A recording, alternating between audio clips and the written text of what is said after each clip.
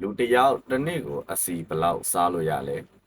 လူတော်တော်များများကဝိတ်ချတော့မယ်ဆိုရင်အစီကိုအရန်ကြောက်ကြတယ်ဒါပေမဲ့အစီကခန္ဓာကိုယ်အတွက်မရှိမဖြစ်လိုအပ်ပါတယ်ဟော်မုန်းတွေအတွက်လိုအပ်တယ်အုံနောက်အတွက်လိုအပ်တယ်အသားအရည်အတွက်လိုအပ်တယ်ပြီးရင်နောက်ဆုံးတစ်ခုအနေနဲ့ကျွန်တော်တို့ရဲ့ energy အတွက်ကျွန်တော်တို့ကအစီကိုလိုအပ်ပါတယ်အဲ့တော့တစ်နေ့ကိုအစီပမာဏဘယ်လောက်စားသုံးသင့်တယ်လဲ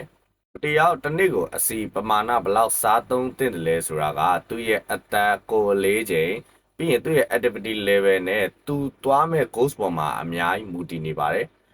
ဥပမာပြောရမယ်ဆိုရင် weight ချမှာလား weight တင်မှာလားဒါမှမဟုတ်ရင်ခန္ဓာကိုယ်ကိုကိုယ်လေးချိန်ထိန်းထားမှာလားဒီပေါ်မှာမူတည်ပြီးတော့မှတွက်ချက်ပြီးတော့မှစားရတာဖြစ်ပါတယ်အခြေခံအားဖြင့်ဆိုရင်တော့လူတစ်ယောက်ကတစ်နေ့တာကယ်လိုရီရဲ့20ရာခိုင်နှုန်းကနေ30ရာခိုင်နှုန်းအတွင်းလောက်ထိကိုကျွန်တော်တို့အစီပမာဏလိုအပ်ပါတယ်အဲ့တော့လူတစ်ယောက်ကအစီတစ်နေ့ကို50 gram ကနေ80 gram ဝန်းကျင်လောက်ထိကိုစားပေးဖို့လိုအပ်တဲ့သဘောမျိုးတက်ရောက်သွားတယ်ပေါ့နော်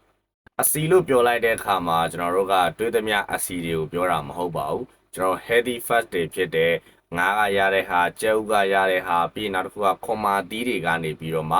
ရတဲ့အရာ